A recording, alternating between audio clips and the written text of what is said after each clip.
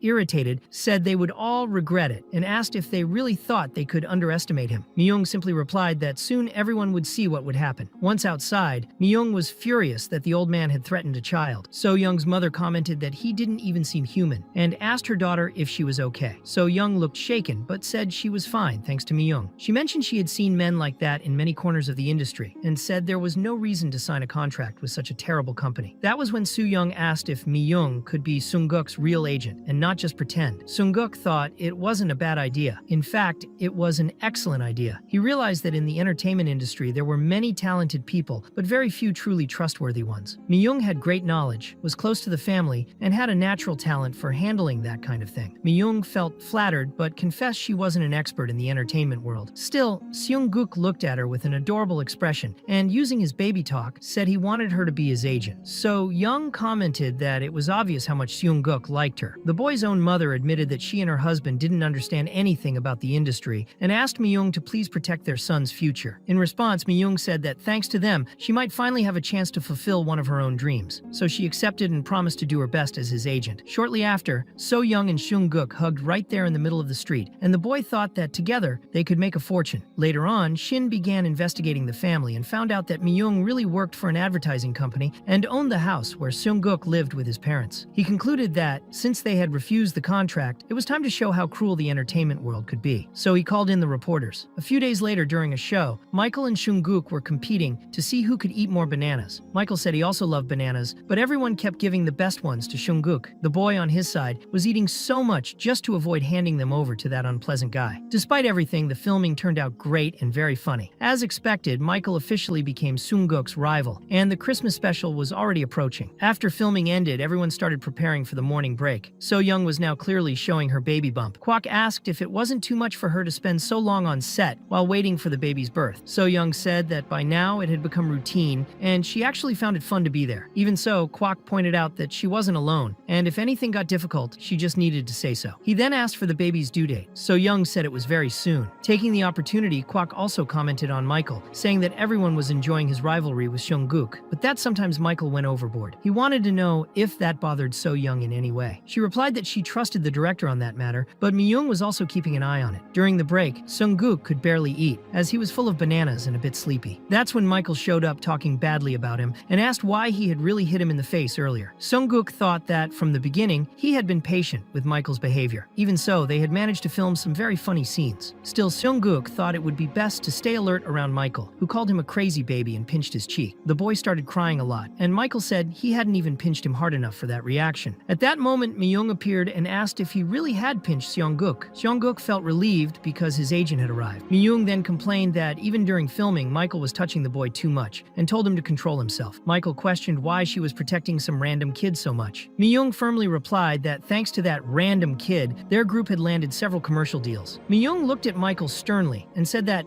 in that environment, he needed to be professional and keep his hands off the baby. Of course, Michael was extremely irritated by that. He thought he had come to Korea to become an artist, not a babysitter. He also felt that even the other members of the Just group had been looking at him strangely since the last incident. Then suddenly, the phone next to him rang. When Michael answered, he saw it was a call from Sinsung Entertainment. Later, after filming ended, everyone was gathered while Kwok prepared a special announcement. He said he would be giving a bonus to everyone due to their recent good performance, meaning more money. He explained that the show had reached 30% viewership the previous week. Everyone was loving the show with Seung-guk, and since they were nearing the end of the season, that bonus was a way to acknowledge the team's efforts. Next, Kwok presented the plan for the Christmas special episode. With the date approaching, the production was asked to create a special 1.5-hour edition. He even commented that Seung-guk had been moving around a lot lately, and the boy thought that was true, since he had been training every day with walks and runs. Kwok said he was considering preparing Christmas costumes for both the Just group and Seung-guk, and was thinking about organizing a themed party. It seemed the little one liked the idea too. However, the meeting was interrupted when the assistant director arrived with troubling news. An article had been published about Seung-guk's family and was on the front page of the newspapers. The article suggested that the parents were greedily taking advantage of the child's fame. Later, everyone was watching TV because, as expected, the news had also spread to television channels. Reporters discussed the article in a serious tone, saying Seung-guk might be mistreated by his parents. Some people thought the article was irresponsible, lacking sources or evidence, but the general public was alarmed by the possibility. Kwok, worried, turned off the TV. So Young asked what they should do now. Kwok said there was no need to panic because there was always someone trying to take advantage of other people's success, especially in the entertainment industry. Myung said she would also investigate and try to find out who published that article. Then Seung-guk stood up and told them not to worry, asking Kwok to handle everything. Ji-seong, his father, asked him not to be so harsh with the director. Seung-guk reflected that media battles were actually power struggles, and it was urgent to find out who published the article and what they hoped to gain by attacking his family. In the end, he thought it was the director who needed to act first. Kwok agreed and said he was responsible for the filming and broadcasts, so he would take care of the situation. He warned that, for now, reporters would be hanging around, and the paparazzi could become overwhelming. It was better for Seung-guk to stay home for a while. He also asked the parents to avoid bringing him to the studio. Myung offered to accompany Seung-guk to the studio when necessary. Kwok thought it was a great idea. Myung commented that there was still a lot to discuss, and Kwok, already leaving, assured them he would solve everything as quickly as possible. Shortly after, he met with an assistant who was waiting outside. Kwok explained that the article claimed to be based on a report from an internal production source. That indicated the lie came from someone involved in the filming. The assistant immediately denied any involvement and said that after the last problem he caused, he had almost been fired, so he wouldn't risk anything again. He said he washed his hands of the matter. Kwok was left wondering who else could have done something like that. Meanwhile, with the streets decorated for Christmas and snow gently falling, a woman walked discreetly while pushing a baby stroller. She wore a mask and dark sunglasses. Some women passing by commented that she looked a bit suspicious. Inside the stroller, Seong-guk was already starting to fuss. So-young asked him to be quiet. She was unsure whether she should have left the house since she had promised the director she would stay in, but she was feeling suffocated. She told herself it would just be a quick walk to meet her husband and that there wouldn't be a problem.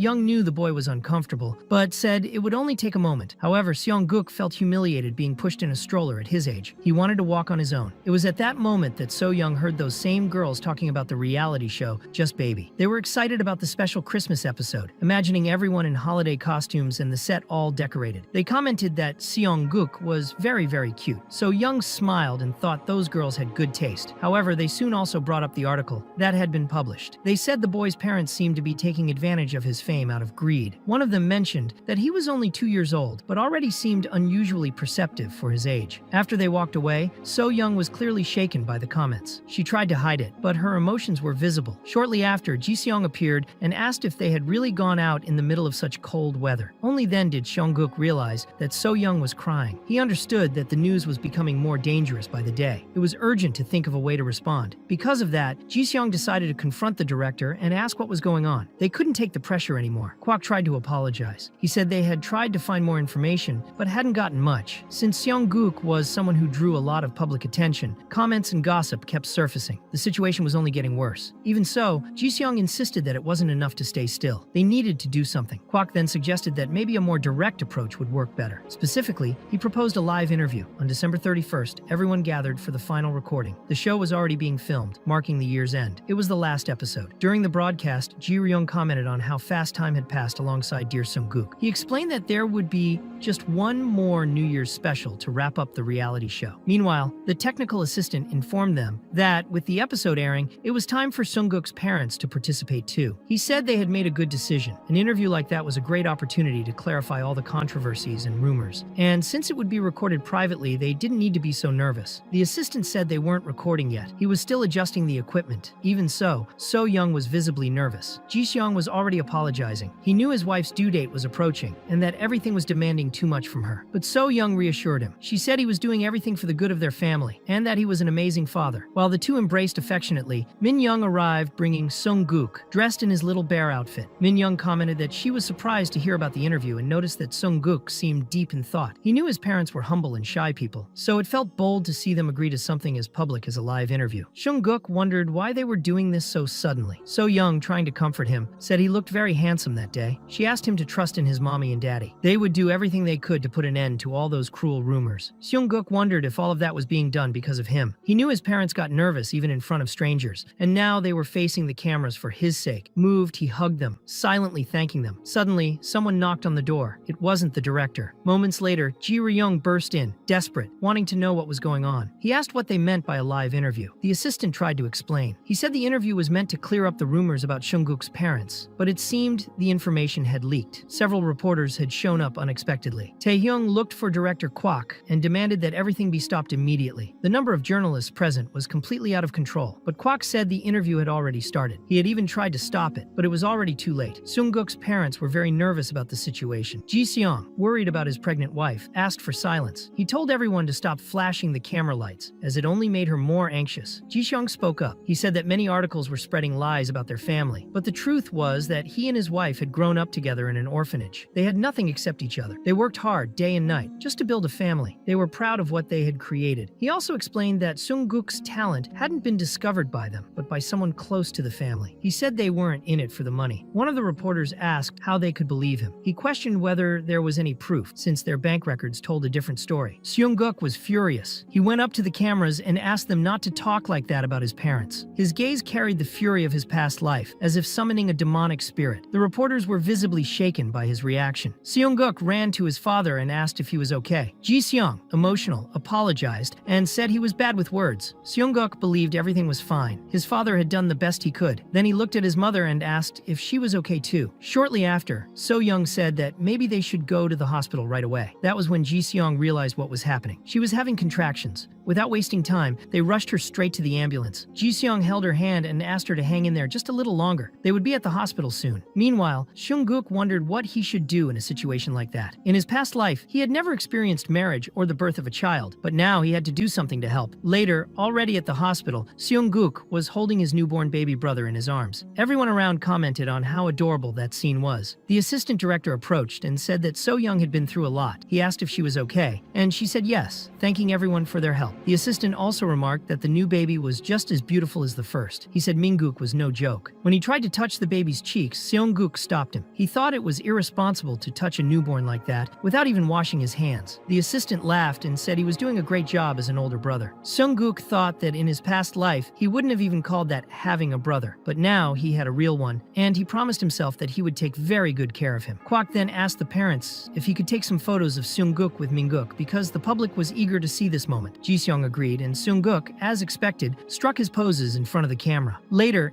Ji-seong asked what had really happened with the interview. They left the place so suddenly. Kwak replied that things were almost all resolved. He explained that Tae-hyung had discovered that the person who leaked the information was Michael. He said he had already suspected that something strange was going on inside the group since the articles came from internal leaks. Michael tried to defend himself, saying that it had nothing to do with him. But Tong explained that they had already been suspicious of him, so Lucas followed him discreetly. They discovered that he had been meeting several times with Shin Sung-jung, the CEO of Sung Entertainment. Tae-hyung said he spoke with Mi-young, Seong-guk's personal agent, and she knew very well what kind of person that man was. He then asked if Michael had really helped that guy destroy Seong-guk's image and his family's. After that, all accusations fell on Shin Sung-jung. He took responsibility for his actions and ended up being arrested, just like in Seong-guk's past life, though now in a different context. Ji-seong was very surprised to learn that Shin Sung-jung and Michael were arrested together. Kwak admitted that he honestly didn't understand what Michael had been thinking, but Tun wanted to apologize for everything Michael had done, and the Just Group committed to covering all hospital expenses for Min-guk's birth. Kwak also made himself available, saying he would do whatever was needed to help. Ji-seong thanked them for the private room they were staying in. He imagined it was expensive, but he didn't mind. He said what he wanted most was for those nasty rumors to disappear from his family's life. Kwak reassured him, saying that thanks to the public interview, the misunderstanding about Seong-guk's family had been resolved. He promised to handle the rest, including teaching a lesson to the irresponsible reporters. Kwak also informed them that because of all these events, the show would take a 2-month break, but that wasn't a problem, as there were already pre-recorded episodes ready to air during that time. This way, the family could rest and recover. He promised that the show would return in the spring. Meanwhile, somewhere else, someone was watching the news. As expected, they were talking about the nation's baby. They mentioned that the show Just Baby would be returning soon. Seon-mi asked the vice president of Song, who had been Seong-guk's father in his past life, what he was watching. She realized that the person on TV was none other than Seong-guk. Jae-hyung asked if she knew him. Seon-mi replied yes, that he was the boy from the washing machine commercial. Jae-hyung then remembered. That was the child who had really caught his attention in the past. Seon-mi commented that maybe it was because that boy was a true genius. She said he had all the qualities of a good actor, and that he could definitely become anything in the future. Jae-hyung asked if she was sure, or if he wasn't just another child actor with fleeting fame, but Seon-mi assured him that wasn't the case. She said she had a great eye for talent, and even SS had tried to take advantage of that kid, and completely failed. Jae-hyung asked if she wasn't part of that company, but Seon-mi said that after all the confusion, she broke the contract and left. She said that, in fact, it worked out really well for her. Jae-hyung wanted to know what she planned to do next. Seon-mi replied that she had an idea. She planned to take things slowly and see how it all developed. She suggested that if he was interested, maybe he should consider investing in Seong-guk. Jae-hyung thought that actually didn't sound like a bad idea. Meanwhile, at Seong-guk's house, everyone was gathered eating seaweed soup. When he smelled it, he thought it seemed delicious, despite its strange appearance. Seong-guk was surprised to realize Mi-young could cook that well. So-young was also very grateful for today. She always cared for everyone with affection. Min commented that she was Seong-guk's agent, so it was natural to worry about him, but So-young felt she might be overdoing it. She brought food, fruit, and other things. Mi-young then asked if they weren't, in the end, a family, and reminded them that families needed to stick together. So-young admitted that. At that moment, Min-guk was trying to steal Seong-guk's soup, group, which reminded So-young that, lately, the little one had been copying everything Seung-guk did. Mi-young thought that if he was imitating his older brother's behavior, maybe raising him wouldn't be so hard either. Seung-guk reflected on the past 2 months and concluded that taking care of a child was pure hell. The baby cried constantly, didn't let anyone sleep, and to make things worse, always started crying at the exact moment he went to the bathroom. Seung-guk thought that in his past life, he had an extremely arrogant brother, and now he just hoped Min-guk would become at least a loyal brother, or maybe a loyal servant, he thought, changing his mind mid-thought. But he quickly realized things were going in a very different direction. Seung-guk told himself that the jokes had gone far enough. He was tired. However, Min-guk's cuteness attack was stronger. He gave in and handed the bottle to the baby. Mi-young watched the scene and commented that it looked like a baby was taking care of another baby. But So-young explained that, in fact, the older brother was making everything much easier. Mi-young asked if So-young had thought about moving. Now that she had 2 children, and as the building owner, she admitted the place was a bit old and maybe too small to raise 2 kids. So-young said she didn't have the money to buy a better house. Mi-young then asked, what if they had the money? She whispered that SN Electronics had gotten in touch. They wanted Seung-guk to sing in a commercial for one of the brand's exclusive models. So-young was surprised by the news and wanted to know more about the product. Min explained that they had already sent a proposal and would soon show the contract. It needed to be discussed with Ji-seong, but it was a huge opportunity. Before making any decisions, though, everyone went to eat. After all, they still needed to return to filming the next season of Just Baby. Mi-young said she would send a car to pick them up, so there was no need to rush. However, the doorbell rang, and Mi-young wondered if it was already them. But it wasn't. It was Michael from the group Just. Seung-guk was confused by the visit. Michael was the one who had been arrested for betraying the Justice Group and teaming up with Shin. No one understood what he was doing there. Right behind him appeared Tai-hung, saying that maybe Michael had surprised them. In fact, they really wanted to see the 2 of them together again. It was clear that Michael was there to apologize. He admitted that everything had been his fault. Seung-guk wondered if a simple apology was enough to fix everything, but So-young thanked him for the apology. She said everyone had their reasons and hoped that from now on they could all get along. So-young and Mi-young thought the same thing at that moment. So-young was just too kind. So-young considered everything fine. Her parents had reacted calmly, but if Michael crossed the line again, that would be another story. That was when Ting said it was time to go. Everyone was waiting for Seung-guk's family. Later at the studio, Kwak was very happy to see his friend again. They hugged tightly. Kwak said that hug was because it had been a while since they saw each other, and he was emotional about it. In that moment, Seung-guk had a realization. He understood something important. He was born to work. He would live and die for his work. He stopped pretending and decided he needed to dedicate his life entirely to it. Kwak asked how the family and the new baby were. Min-guk was already about to cry. Kwak commented that he had gotten even cuter in the last 2 months, and he didn't even know how that was possible. Then Min-guk cried. He cried a lot. So-young explained that he always wanted to stay close to his brother. Seung-guk asked for help, begging for the filming to start soon. Kwak commented that a lot had changed over the past 2 months. With that, they decided to move quickly. There were exactly 20 episodes left until the end of the reality show. The final episode would likely air in September. The new season would begin with a picnic surrounded by cherry blossom trees. It was the spring episode, and everyone was dressed in themed costumes. Seung-guk shone as the star of the show. The assistant had already started recording while everyone enjoyed the cheerful atmosphere. Not far from there, inside a car, someone was discreetly watching the filming. It was Jae-hyung, the vice president of Samjeon. He wondered if he really needed to come all the way there just to watch in person, but even so, he couldn't help it. At that moment, he remembered the time he received the report. Jae-hyung had asked his secretary what exactly had happened with that other matter involving Shin, the exclusivity issue. The secretary explained that, as instructed, they had made it clear they wanted to sign the contract with the child, but the parents were hesitant because of everything that had happened. He asked if he should apply more pressure. Jae-hyung said no, to leave it as it was. What mattered most was the secretary's opinion of the contract. The secretary, speaking honestly, said he thought it was a bit too much for a child with so little experience and asked if that kid was really worth that much. Jae-hyung replied that there was something about that boy. He felt a kind of connection, as if it were a blood tie. Soon after, Jae-hyung stepped out of the car to meet the team on set. Seung-guk was confused, not understanding what his father, or rather ex-father, was doing there. He knew very well what kind of person Jae-hyung was. He had been born as the eldest son of the founder of the Samjeon Group and had naturally been raised to be his successor. But his style was very different from his grandfather's. The grandfather wanted to build a kind of monarchy, saw himself as a conqueror. Jae-hyung, his son, was always driven solely by results. He didn't exploit or take risks. He only followed what he was sure would work. Everything had to bring return turns, but always only for himself, never for his wife, the company, or his children. Taekuk and Mijin had never lived up to his expectations and carried a strong inferiority complex. Seong-guk had always been a genius, but even so, their relationship had never been good. Since he was little, he knew his father was a scumbag. In fact, without meaning to, Seong-guk accidentally called him Dad in that moment. Jae-hyung asked if he really didn't remember him, mentioning that washing machine commercial shoot, but Seong-guk said he didn't know him. Jae-hyung pressed, asking why he had called him Dad then. Seong-guk replied that it was unintentional, but Jae-hyung insisted he heard it clearly. That's when Kwak showed up, asking what brought Jae-hyung there. He said he just wanted to see Seong-guk for a moment, but ended up interrupting the filming. He explained that he only wanted to see Seong-guk in person. He said that the spark in the boy's eyes reminded him of his own youth, and that only made him more certain. He asked if the parents had seen the contract. So-young replied that she had. Jae-hyung then said they were ready to sign an exclusivity contract at any time. They just needed to say so and include any conditions they wanted. Seong-guk muttered the word money, and So-young quickly told him to be quiet, but he was thinking internally that that was exactly what he wanted. Jae-hyung laughed and said it was fine. He would give more money and that they could talk later when they were ready. After that, he left, while Seong-guk reflected on how he never imagined seeing his father from his past life again. Now he was a child in a poor family, but he couldn't forget the past. In his previous life, his father had always trusted in the projects he created. After all, he had been his smartest child. Kwak then called everyone back to resume filming. Seong-guk thought he needed to focus on his current life. With that, they began filming the special spring picnic episode. Days went by with the Children's Day special, the summer vacation special, and fans went wild over Just Baby. They showed up on set excited, wanting to talk to the members. So Young commented on how busy the day was, and the assistant asked how it was possible they always knew where the filming would happen. She replied that they were a national group after all. The assistant warned that they should be careful, as some fans were obsessively extreme. Seong-guk had grown a lot during that time, and so had the group Just. Not that they weren't already popular, but they became the most beloved idols in all of Korea. The reality show Just Baby became even more famous. They released new songs, albums, and in the past 6 months, reached the top of the industry. Seong-guk, of course, appeared in many commercials and became the most sought-after child name in the advertising world. He even heard from the director that they would be receiving a generous bonus. But unfortunately, the show was coming to an end. That would likely be their final filming. While walking across the set, someone suddenly grabbed Seong-guk. It was Tae-hyung, who startled him but asked him to stay quiet. Seong-guk asked what he needed. The assistant appeared and asked what they were doing since filming would start soon. Tae-hyung explained that he wanted Seong-guk to choose the name of the group's next song. Later, this was documented on video. Kwak asked what was going on, and Tae-hyung said they were about to release a new album. The production was finished, but they couldn't decide on the title of the last track. That's why Tae-hyung had the idea to ask Seong-guk's opinion. Kwak was surprised and said that Seong-guk was very smart, but questioned whether such an important decision should really be left in the hands of a 3-year-old. Even so,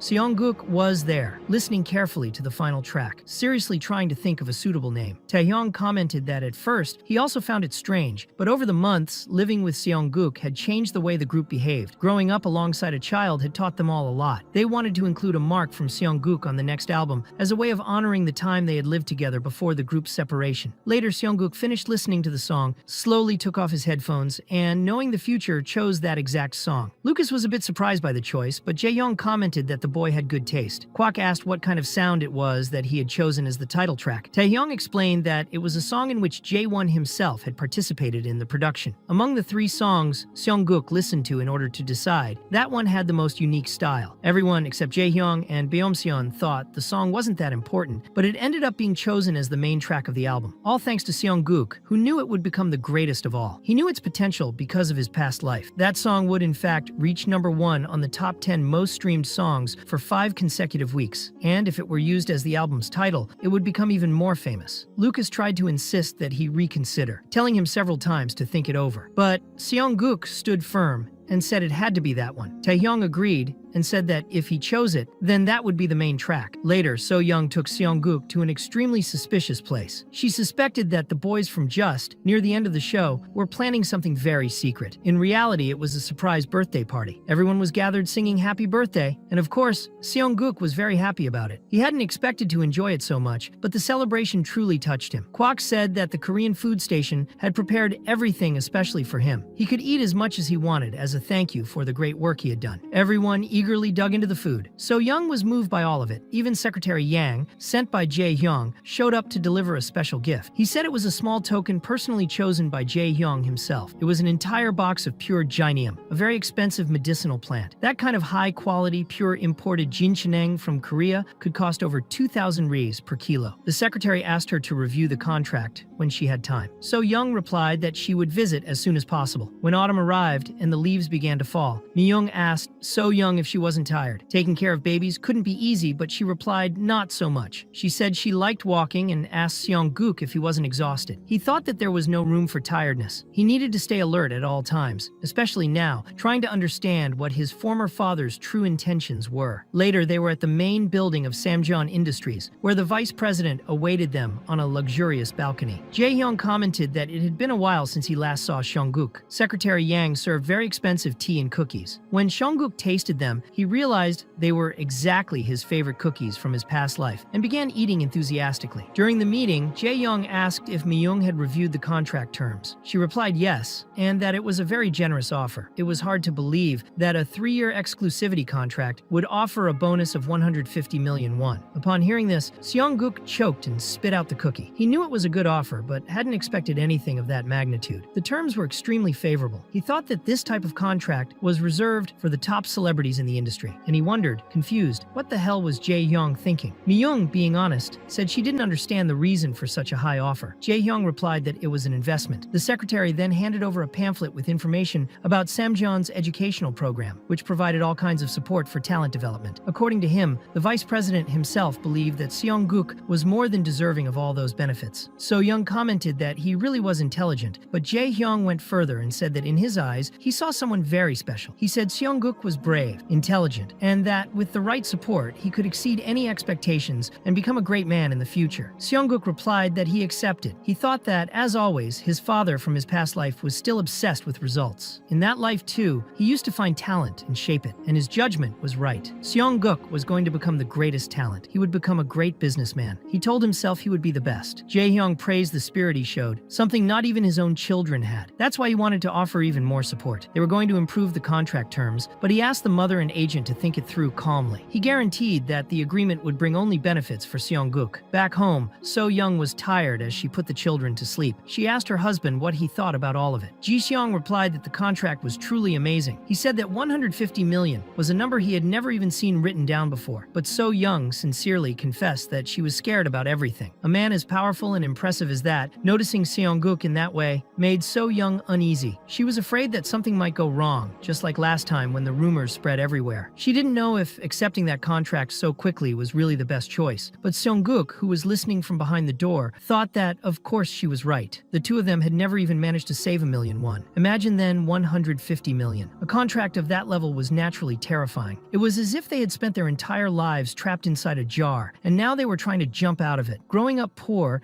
in any country made people grow up afraid of big opportunities, especially when a lot of money was involved. Seong-guk knew that most humble people felt discouraged when faced with something like that. But even so, he intended to convince them little by little. However, Ji-seong ended up surprising his son. He said they could go ahead and accept the contract. He explained that it was important to think carefully, because with this agreement, Seong-guk could have a life completely different from theirs. He wouldn't need to live the way they had, facing hunger, orphanages, and hardship. He would have a good education, a successful career, and could reach a life as impressive as the vice president of Samjeon himself. And with that, they too could start over. Seong-guk heard that and thought his father was right. Ji-seong said he wanted to grab that opportunity with all his strength. So the next morning, Secretary Yang showed up, thanking them for the quick response. He said the vice president was very pleased with the decision. However, he informed them that the contract terms had been adjusted. The exclusivity period was reduced from 3 to 2 years, and because of that, the bonus had also changed from 150 million to a still impressive 100 million won. Even so, it was a lot of money. But the secretary explained that before signing, they wanted to suggest a few changes on their end as well. He asked if everything was okay. Everyone became a little tense, so Young asked what exactly they wanted had to change. The secretary said there were two important things to mention first. But before he could continue, Seong-guk simply grabbed the contract from his hands. The secretary tried to argue that this kind of document should be reviewed by adults, but Seong-guk asked if it involved shares and apartments, trying to understand everything. The secretary grew nervous with his attitude. Seong-guk thought he looked frustrated. He had been acting like a child all this time, even though his mind was much more mature. So Young was surprised and asked since when he knew how to read. The secretary, in turn, was amazed. He thought that boy was truly incredible. At only 3 years old, he had learned to read on his own. He concluded that the vice president was right. That boy was a true genius, worthy of all investment. Then he began to explain calmly. He said the bonus had been reduced from 150 million to 100 million, but as a gesture of appreciation, the company would place shares worth an additional 50 million in Seong-guk's name. So Young was shocked, and the secretary went on. He said that Samjeon was building a new luxury residential complex in Jamsil, and that one of the apartments would be given to the family as part of the deal. So Young thought all of it was excessive, but Seong-guk stayed focused. He was searching for a loophole in the contract. He believed there had to be some hidden detail, and he found it. It was a mandatory service clause. If the 2-year work period was not fulfilled, all the shares would have to be returned immediately, and the taxes on that return would be the beneficiary's responsibility. Seong-guk thought that, of course, his father from the past life had planned everything. He always created strategies like that, presenting an offer full of benefits to tempt the person, but only delivering everything once he believed the person deserved it or could fulfill their part. Seong-guk thought it was like dangling a handful of candy right in front of him. He already knew that style well from his old father. Seonmi said everything was fine, that they could give him everything, but So Young didn't agree. Even so, Suk said firmly that he wanted to sign the contract. He believed Samjeon Electronics would grow a lot in the future, so that contract needed to be signed. Even Mi-young disagreed with So Young, saying that this was a great opportunity for the girl and for her family. Mi-young thanked the secretary for the good conditions offered, but she thought it was too much responsibility for one person. That's why she proposed that the contract be signed company to company, by creating a new company dedicated exclusively to managing Seong-guk. Everyone was considering opening their own agency, and the secretary was impressed by the idea. He said it was a great proposal. Seong-guk thought it was amazing too. He imagined many contracts could come in the future, and that this would be the first company registered under his name. When he heard Mi-young's idea, he was impressed, but in his mind, he was already imagining something even bigger. That would be the seed of the global-level company he would one day create. The secretary said they would give all the necessary support for the new agency, and said he looked forward to working well with them. Seong-guk then signed the contract with his little baby fingerprint and was very happy about it. Later, they explained everything to his father, who was at work. They told him that was how the contract had been finalized. Ji-seong said it was a lot to read, with shares, apartments, and many impressive details. He was surprised to learn that his son could read all of that, and said the boy was truly a genius. He said he was very proud of his little son. That night, dinner was a real banquet, expensive, high-quality food. So Young said she hadn't spent that much, but that every now and then, it was good to treat yourself. She even gave a bit more food to Mingo, since it would be the first time he'd try meat. When he tasted it, he loved it. Seong-guk approved too, and said he was going to start eating right away. Meanwhile, So Young asked Ji-seong if he had talked to his boss. Ji-seong said yes, that he had told his boss he wanted to start something of his own. The boss thought it was time for him to gain independence, and suggested he open his own store. Ji-seong commented that, thanks to Seong-guk, they now had good capital, and he planned to save up in order to open his own commercial space in the future. His boss also offered to teach him how to manage that kind of business. So Young thought it was great, and Ji-seong repeated that it was all thanks to his son, because his dream was starting to come true. Meanwhile, Seonmi asked Secretary Yang what exactly had happened with Seong-guk. She said she was just curious, but in truth, she was betraying the vice president and passing all the information to Shin from Sinsung Entertainment, who had recently been released from prison and looked visibly worn out. Shin was furious with the people at Samjeon, saying they had crossed the line with him. He declared that he would put everyone back in their place and began planning to form a group to go after those who dared oppose him. But Seonmi didn't think it was a good idea. She said Seong-guk was no longer the same and questioned whether Shin would really dare touch the property of the Samjeon vice president, which didn't seem wise. She assessed that, based on the contract, the vice president had high expectations for the boy. If something serious happened to him, Ji-seong could take drastic action. Even so, Shin told her to leave the room because he would start handling things his way. Xiaomi thought the company's CEO didn't understand the situation. She was no longer the same Seonmi from 7 years ago, especially since her contract had already ended. At Seong-guk's home, the atmosphere was pure luxury. They were even doing an at-home spa. Ever since he signed the exclusivity contract, his life had changed a lot. Mi-young had taken charge of business matters, and the new agency had started receiving many requests. After a serious family discussion, they decided to open a fried pork restaurant near Ji-seong's apartment. He was working hard to learn the old boss's secret recipe. Even so, taking care of Minguk was still tough, and that's why he was getting a facial treatment. He was stressed with the new routine routine, and that bit of care brought some relief. In his past life, he always did these kinds of sessions, but he liked this one even more because it was his mother who was doing it. Suddenly, breaking news appeared on TV. They were announcing the most listened to song in Korea at that moment. As expected, Seongguk saw it was the same as always. The song It's a Lie was in its 10th consecutive week at #1. He was pleased, thinking they were doing very well, and mentally commented that hopefully one day they would repay that debt to him. Without warning, a mysterious visitor arrived at the house, wearing a hood and sunglasses. The person ran straight to Seongguk, saying he was adorable. So Young found it strange and asked who that woman was and why she had come in like that. Seonmi apologized, explaining that the disguise was still on her face. Seongguk hadn't expected the visit either. Later, Seonmi was being served tea, so Young wanted to know the reason for the visit. Seonmi said she had been waiting for the opportunity to apologize. She said they had gone through a lot because of her, and that if she hadn't recommended the group to Sinsung Entertainment, none of that would have happened. Seongguk thought that even in his past life, the relationship between Shin and Seonmi had always been close in business, but nothing beyond that. It was just business interests, nothing more, nothing less. However, he always knew that Seonmi was like a fox, someone who showed one face to his father and acted completely differently behind his back. Still, Seongguk believed that at that moment, it was better to have people owe him favors than turn everything into hostility. So he decided to end the matter right there, saying that the apologies were enough. Seonmi asked if he was really accepting it. So Young then commented that the mere fact that Seonmi, being such a busy actress, had come all the way there already meant a lot to everyone. She sincerely thanked her for the support she showed towards Seongguk, and Seonmi said that from that moment on, they would all be closer. Seongguk, suspicious, wondered if she was only saying that because of Shin, but Seonmi, noticing, replied lightly, saying that he was already speaking so well and had grown a lot. It was true. She hadn't come just to apologize. There was more. She also brought something important, a document from Sam Jaeon, but before handing it over, she wanted to make it clear that she had already made her decision.